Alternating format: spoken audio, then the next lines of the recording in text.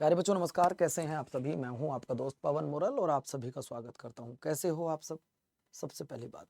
दूसरी बात ये कि आज आरआरबी एनटीपीसी के सेशन को देखने के बाद शायद आपको दोबारा कोई सेशन देखने की ज़रूरत नहीं पड़ेगी, क्योंकि आज हम यहाँ सारी डिटेल इस एक सेशन में ही देख लेंगे। आरआरबी एनटीपीसी क्या है, सिलेक्शन प्रोसीजर क्या है, सिलेबस क्या होता है, एग्जाम पैटर्न क्या होता है, किस किस पोस्ट पे टाइपिंग होती है, किस किस पोस्ट पर सीबीएटी होता है, सैलरी कितनी मिलती है, क्वालिफिकेशन क्या मिलती है। तो इस एक वीडियो से आपके सारे डाउट आज दूर हो जाएंगे। जहां तक मुझे लगता है कि आप सारे बच्चे एक काम कीजिए, वीडियो को लाइक कर लीजिएगा, चैनल को सब्सक्राइब कर लीजिएगा। आपसे छोटी सी गुजारिश है, क्योंकि जब आप वीडियो को लाइक कर लोगे, चैनल को सब्सक्राइब कर लोगे, तो मेरी हर वीडियो का नोटिफिकेशन आप तक पहुंचने लगेगा। ये सबसे जरूरी बात है। अब मैं आज आपसे बात करने आया हूँ। इस वीडियो को देखने के बाद कोई वीडियो मत देखना एनटीपीसी के लिए। मैं कुछ भी अपनी तरफ से नहीं बोलूंगा। ऊपर लिखा है annual calendar for RRB recruitment 2026, यानी कि 2026 का रेलवे का कैलेंडर है। इस रेलवे के कैलेंडर में साफ दिया गया है। मैं अपनी तरफ से कुछ बोलूं तो आप वापस जा सकते हो कि जुलाई से सितंबर के बीच में हम आरआरबी एनटीपीसी की भर्ती देंगे। सबसे पहले एएलपी की भर्ती आई, फिर टेक्नीशियन की आई, फिर सेक्शन कंट्रोलर की आई, जेई की आ चुकी है। अब जो वैकेंसी का नंबर है वो है बच्चों किसका? वो आपका एनटीपीसी का है। अगर मैं एनटीपीसी की बात कर रहा हूं तो पिछली बार याद रखिएगा साथियों 8,000, इस बार तो 15,000 वैकेंसी आने की संभावना है। उसका कारण भी मैंने आपको बताया था, सारी वैकेंसी बढ़कर आई हैं। अब वैकेंसी तो आपकी अगले महीने आ रही है, यानी कि अब देखो जुलाई खत्म हो गई, अगस्त में आज 21 पे पहुंच गए हैं, अगस्त भी खत्म होने जा रहा है, सितंबर के फर्स्ट वीक में आपकी वैकेंसी आ जाएंगी। कट ऑफ भी बताऊंगा कितनी कट ऑफ रहती है। अब जरा इधर आ जाओ आप लोग। जब आप यहाँ आ जाते हो सारी चीजों को आज देख लो। देखने के बाद में दोस्तों आरआरबी एनटीपीसी 2026 किस किस का टारगेट है ये बताओ। किस किस का टारगेट है कि इस बार मुझे तो 2026 में सिलेक्शन लेना। देखिए बस इतना हो सकता है कि कुछ बच्चे ऐसे होंगे जो graduate level under graduate level की तैयारी करेंगे, मतलब 12th लेवल की तैयारी करेंगे, और कुछ ऐसे होंगे जो ग्रेजुएट लेवल पर तैयारी करेंगे। लेकिन इस बार सिलेक्शन कौन कौन लेना चाहता है ये बताओ मुझे। ये न्यू वैकेंसी है जो कि आपकी बहुत जल्दी आपको देखने के लिए मिल जाएंगी। देखो, अगर कोई ऐसा बच्चा है जो सिर्फ 12th पास की तैयारी कर रहा है तो उसकी एज कितनी होनी चाहिए? अगर कोई बच्चा 12th लेवल की तैयारी कर रहा है तो उसकी एज 18 से 30 साल। ओबीसी को 3 साल की छूट होती है, एससी एसटी को 5 साल की छूट होती है। एससी एसटी को 5 साल की छूट होती है। 12वीं पास बच्चा यहाँ चाहिए, ठीक है। अगर मैं बात कर रहा हूं मेरे भाई, अगर कोई बच्चा ग्रेजुएट लेवल की भर्ती की तैयारी कर रहा है तो क्वालिफिकेशन तो ग्रेजुएट चाहिए उसकी, लेकिन एज उसकी 18 से लेके 33 साल चाहिए। ओबीसी को 3 साल की छूट होती है, एससी एसटी को 5 साल की छूट होती है। एज वाला डाउट क्लियर हो गया आपका? अब एज में किसी को कोई डाउट तो नहीं है? बहुत सारे बच्चे हैं जिनको एज में डाउट होता है।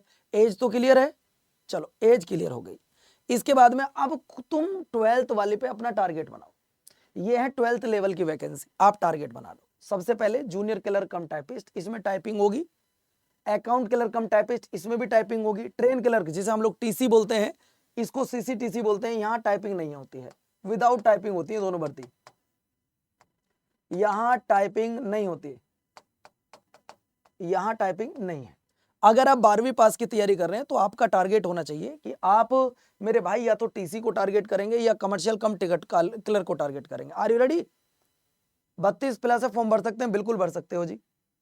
तो पहले आप मुझे ये बताओ, 12वीं पास वालों की पोस्ट का पता लग गया, कौन कौन सी पोस्ट है, क्या एजुकेशन क्वालिफिकेशन रहेगी, सब क्लियर हो गया। अब जरा यहां से देखो साथियों, अगर कोई बच्चा 12th लेवल के बाद ग्रेजुएट लेवल पास कर चुका है तो वो दोनों फॉर्म फिल कर सकता है, ग्रेजुएट वाला भी अंडर ग्रेजुएट वाला भी।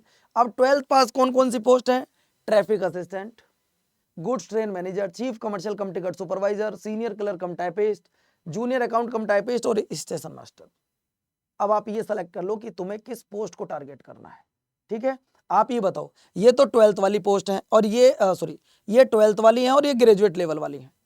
अब ये बताओ मुझे टारगेट क्या है तुम्हारा, 12वीं पास वाला या ग्रेजुएट वाला? टारगेट बताओ, पहले टारगेट सेट करो। अगर टारगेट सेट है तो तुम्हें अचीवमेंट मिल पाएगी, वरना अचीवमेंट नहीं मिल पाएगी, ध्यान रखना। टारगेट जरा ध्यान रखिएगा। अब मैं आपको लेकर आ रहा हूं सैलरी। ये जो सैलरी यहां पर लिखी है ये बेसिक पे है। ये मैं आपको बता दूं बच्चों, ये आपका बेसिक पे है और ये बेसिक पे 7th पे कमीशन के अनुसार है। ये 7th पे कमीशन के अनुसार है साथियों, ये 7th पे कमीशन के अनुसार है। जब 8th पे आपको लगा मिलेगा, जब तक आपकी सैलरी हो जाएगी तब तक ये सैलरी आपको 40,000 स्टार्टिंग मिलेगी, जो आज 19,000 आपको दिख रही है। तो अपना टारगेट बना लो कि भैया मुझे 12वीं पास में तैयारी करनी है या ग्रेजुएट लेवल वाली मुझे तैयारी करनी है। ये ध्यान से सुनिएगा। अब आपका टारगेट खुद बनाओ साथियों, ये ग्रेजुएट वाली लेवल की है। अगर मैं सैलरी की बात करूं तो सबसे ज्यादा जो सैलरी है वो है साथियों स्टेशन मास्टर की, 35,400 स्टार्टिंग है, 35,400 स्टार्टिंग सैलरी है। किसकी? सर स्टेशन मास्टर की। अब आपके ऊपर डिपेंड करता है कि आप पढ़ना चाहते हैं नहीं पढ़ना चाहते। सिलेक्शन कैसे होगा? तो सारी पोस्ट जितनी भी हैं उन सारी पोस्ट की अगर मैं बात कर रहा हूं तो सारी पोस्ट बच्चों, अच्छा एक बात, जो दोनों फॉर्म भरेगा वो लिखो 3, जो लिखेगा जो 12वीं पास वो लिखो 1, जो ग्रेजुएट वाला भरेगा वो लिखो 2, और जो दोनों फॉर्म भरेगा वो लिखो 3। मैं भी तो देखूं कि हमारी क्लास में किस लेवल का बच्चा ज्यादा है, क्लास कब से स्टार्ट होगी, बैच कब होगा, सब बताऊंगा, थोड़ा वेट कर लो। आज की टारगेट ही है कि आपको सारी सही जानकारी दी जा सके, ठीक है। अब जरा यहां आ जाओ साथियों, CBT 1 सारी पोस्ट के लिए होगा, CBT 2 सारी पोस्ट के लिए होगा, यहां से मामला चेंज हो जाएगा। CBT एक पोस्ट पर होगा और वो है स्टेशन मास्टर, वो है बच्चों आपका स्टेशन मास्टर पर होगा, बाकी कहीं नहीं होगा। अगर मैं टाइपिंग टेस्ट की बात, स्किल टेस्ट की बात करूं तो यहाँ टाइपिंग टेस्ट होगी, यहाँ टाइपिंग टेस्ट होगी। अगर मैं आपसे कहूं कि आप पहली बार में एग्जाम पास कर सकते हो, तुम बस 6 से 7 महीने पढ़ लो, 6 से 7 महीने आप पढ़ लो, तुम पहली बार में एग्जाम पास कर लोगे। क्योंकि एग्जाम कब होगा? एग्जाम होगा मार्च में। एग्जाम कब होगा बच्चों? एग्जाम होगा मार्च में। और जब एग्जाम मार्च में होगा तुम पहली बार में एग्जाम पास कर सकते हो। जो मेरे साथ 6 महीने नहीं, जो स्टेट गवर्नमेंट वाली कास्ट सर्टिफिकेट होती है वो नहीं लगेगी, यहाँ सेंट्रल गवर्नमेंट वाली लगती है साथियों। जिसको सिलेक्शन लेना है और जो 7 महीने तक तैयारी कर सकता है वो मेरे साथ कमेंट बॉक्स में लिखे Y367, जो मुझसे ये प्रॉमिस करे कि गुरुजी 7 महीने मैं पढ़ सकता हूं, मुझे बताओ क्या करना होगा। वैकेंसी आने वाली है, ध्यान से सुन लो, अब कभी भी आ सकते हैं अगस्त के बाद में, कभी भी। अगले पॉइंट पर आओ। अब पॉइंट आता है, देखिए भाई इसमें पेपर जो पहला होता है CBT 1, उसमें क्या पूछा जाता है। अगर मैं CBT 1 की बात कर रहा हूं तो CBT 1 में दोस्त ध्यान से सुनो, 30 क्वेश्चन मैथ के 30 नंबर, 30 क्वेश्चन रीजनिंग के 30 नंबर, 40 क्वेश्चन जीए के 40 नंबर, मतलब कुल मिलाकर 100 क्वेश्चन होंगे, 100 नंबर होंगे। 90 मिनट में आपको पेपर सोल्व करना होगा। निगेटिव मार्किंग 1/3 की होगी, मतलब 3 गलत करने पर एक क्वेश्चन आपका काट लिया जाएगा, ठीक है। अगर जो बच्चा मुझसे प्रॉमिस करे कि गुरुजी मैं 7 महीने पढ़ लूं तो मेरा सिलेक्शन हो जाएगा, मैं कहूंगा हो जाएगा, बट आपको 7 महीने पढ़ना होगा। कास्ट सर्टिफिकेट सेंट्रल गवर्नमेंट का लगेगा, दोनों में एक ही लग जाएगा, अलग अलग नहीं बनवाना होता है, ठीक है। चलो अगला पॉइंट आता है दोस्तों, जब आपका CBT 1 पास हो जाता है फिर होता है CBT 2। CBT 2 में सब्जेक्ट वही रहेंगे लेकिन क्वेश्चन बढ़ जाएंगे, जैसे वहां 30 थे यहाँ 35 हो जाएंगे, वहां GS के 40 थे यहाँ 50 हो जाएंगे। जब आप इस पेपर को पास कर लोगे तो फिर आपका जो होगा, फिर होगा भाई सिलेबस। आप लोगों के मन में आएगा सिलेबस क्या होता है, तो सिलेबस ये रहा आपके सामने। नंबर सिस्टम से लेकर, number system, decimal, fraction, LCM, SCF, ratio, percentage, mensuration, time and work, time and distance, simplification and compound interest, profit loss, elementary algebra, geometry and trigonometry, ये आपका मैथमेटिक्स रहेगा। पहले आपको सिलेबस पता हो कि पेपर में सिलेबस क्या आएगा। अगर आपको सिलेबस नहीं पता तो पढ़ने से कोई फायदा नहीं है बच्चों, मैं फिर कहता हूं सिलेबस सबसे पहले पता करो। ये आपका रीजनिंग का सिलेबस है, ये आपका GK GS का सिलेबस है, बस 1 साल का करंट अफेयर और यहाँ लिख लेना 1 साल का करंट अफेयर, ये आपको ध्यान रखना है। और प्लस 3 क्वेश्चन आप यहाँ रख देना कंप्यूटर के, 3 क्वेश्चन कम से कम कंप्यूटर के भी आते हैं, सिलेबस में नहीं दिया होता लेकिन फिर भी 3 क्वेश्चन आपके कंप्यूटर के आते ही आते हैं। अब अगर आप चाहते हो कि हाँ गुरुजी देखो मुझे तो सिलेक्शन लेना, तो दोस्त मैं आपको सिलेक्शन करवाऊंगा, परेशान मत होइएगा। सवाल कैसे आएगा सिलेक्शन सर ये बताओ। सबसे पहले मैं आपको बता दूं भाई किस पोस्ट में क्या होता है वो देख लो, किस पोस्ट में क्या होता है पहले एक बार आप वो देख लो, जितने दोस्त यहाँ पर बैठे हैं कि किस पोस्ट पे होता क्या है। देखो सबसे पहले अगर मैं गुड्स ट्रेन मैनेजर की बात करूं, ना तो टाइपिंग है ना स्किल टेस्ट है। अगर सीनियर क्लर्क कम टाइपिस्ट की बात करूं, इसमें टाइपिंग है, इसमें टाइपिंग है, यहाँ टाइपिंग नहीं है। तो ग्रेजुएट लेवल पर 2 वैकेंसी हैं जहां टाइपिंग नहीं है, एक तो ये मतलब गुड ट्रेन मैनेजर, और एक है दोस्तों आपकी chief commercial cum ticket supervisor, यहाँ टाइपिंग नहीं है, ठीक है। अगर मैं बात कर रहा हूँ 12th लेवल पर, तो भैया एक तो TC की है और एक CCTC की, यहाँ टाइपिंग नहीं है।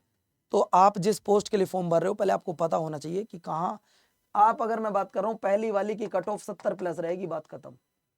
पहली वाली की CBT 1 की कट ऑफ 70 प्लस रहेगी।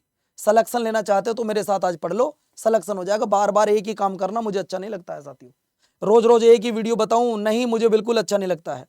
अगर हम वेटेज की बात करें तो वेटेज क्या रहेगा, वेटेज कुछ ये रहेगा साथियों। अगर मैं एप्टीट्यूड की बात कर रहा हूं तो भैया मैथमेटिक्स में किस टॉपिक से कितने क्वेश्चन आएंगे वो भी मैंने आपके सामने लिख दिया है, किस टॉपिक से कितने क्वेश्चन आएंगे ये भी मैंने आपके सामने लिख दिया भैया, ठीक है। अब सवाल ये आता है कि मैथ का आपने लिख दिया, रीजनिंग का आपने लिख दिया, करंट अफेयर का आपने लिख दिया, अब सवाल आता है कि गुरुजी ये बताओ तैयारी कैसे करें। कौन कौन भाई है जो तैयारी करना चाहता है, ये बताओ जरा मुझे। तैयारी देखो ये नॉन टेक्निकल होती है दोस्त, ध्यान रखिएगा। सबसे पहले मैं आपको बता दूं नॉन टेक्निकल भर्ती होती है सारी। तैयारी कौन कौन करना चाहता है, जो 6 से 7 महीने में पूरा सिलेबस करना चाहता है और मार्च में सेलेक्ट होना चाहता है, मार्च में सिलेक्शन लेना चाहता है। भाई अभी बता रहा हूं आपको, पेपर जो होगा पेपर होगा मार्च में। अगर कोई आप मुझसे कहे भाई प्रिपरेशन तो होगी बेस्ट लेकिन एग्जाम बताओ, एग्जाम होगा मार्च में। एग्जाम कब होगा, मार्च में होगा। तो कितने बच्चे हैं जो 6 से 7 महीने पढ़ना चाहते हैं। मैं आज आपको एक पेड बैच बता रहा हूं, जिस पेड बैच की खासियत, उस पेड बैच में आपको बेसिक से पढ़ाया जाएगा, basic to advance, basic to advance आपको पढ़ाया जाएगा।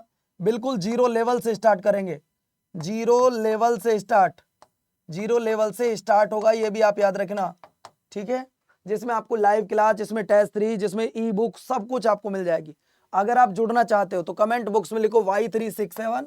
आज आपके 1000 रुपए के आसपास तो लगेंगे, लेकिन याद रखना आपकी तैयारी उस लेवल की हो जाएगी कि तुम, अरे जब फॉर्म आ जाएंगे फिर तो लाखों बच्चे तैयारी करेंगे ना, तब थोड़ी ना सिलेक्शन होगा। सिलेक्शन तो अब होगा जो आज मेहनत कर लेगा। सर जी कौन सा बैच है, देखो करना क्या है, सबसे पहले गूगल पे जाओ, सबसे पहले गूगल पे जाके लिखो अड्डा 24/7, और जैसे ही आप अड्डा 24/7 लिखोगे तो आप हमारी वेबसाइट ओपन कर लोगे। और जिसको फ्री पढ़ना वो चैनल सब्सक्राइब कर लो, हम फ्री क्लास भी लेकर आएंगे भैया, चैनल सब्सक्राइब कर लो। यहाँ गवर्नमेंट जॉब पे जाना, और जैसे ही आप गवर्नमेंट जॉब पर जाओगे साथियों, यहाँ आपको एसएससी रेलवे दिखाई देगा, ये रहा रेलवे, रेलवे एनटीपीसी पर आ जाना। ये रेलवे एनटीपीसी का बैच है जहां आपके दोनों एग्जाम की तैयारी हो जाएगी, चाहे वो ग्रेजुएट लेवल का हो या अंडर ग्रेजुएट लेवल का। ध्यान से सुन लीजिएगा साथियों, चाहे तो आपका ग्रेजुएट लेवल का हो या अंडर ग्रेजुएट लेवल का हो, ये आरआरबी एनटीपीसी का फाउंडेशन बैच है, दोनों एग्जाम की तैयारी हो जाएगी। ये 4000 रुपए का बैच है, लेकिन मोर ऑफर पे जाओ, कूपन कोड लगाओ Y367, Y367, तो ये आपको मात्र और मात्र 820 रुपए का मिलेगा भैया। देखिए Y367 कूपन कोड आपने लगाना है और ये बैच आपको 820 रुपए का मिल जाना है। अगर आप चाहते हो कि हाँ गुरुजी मैं पढ़ना चाहता हूं तो भैया मेरे साथ जुड़ना, वरना बिल्कुल मत जुड़ना। अपने घर वालों को धोखा मत देना कि मैं पढ़ रहा हूं मेरा सिलेक्शन हो जाएगा, बिल्कुल ऐसा मत करना।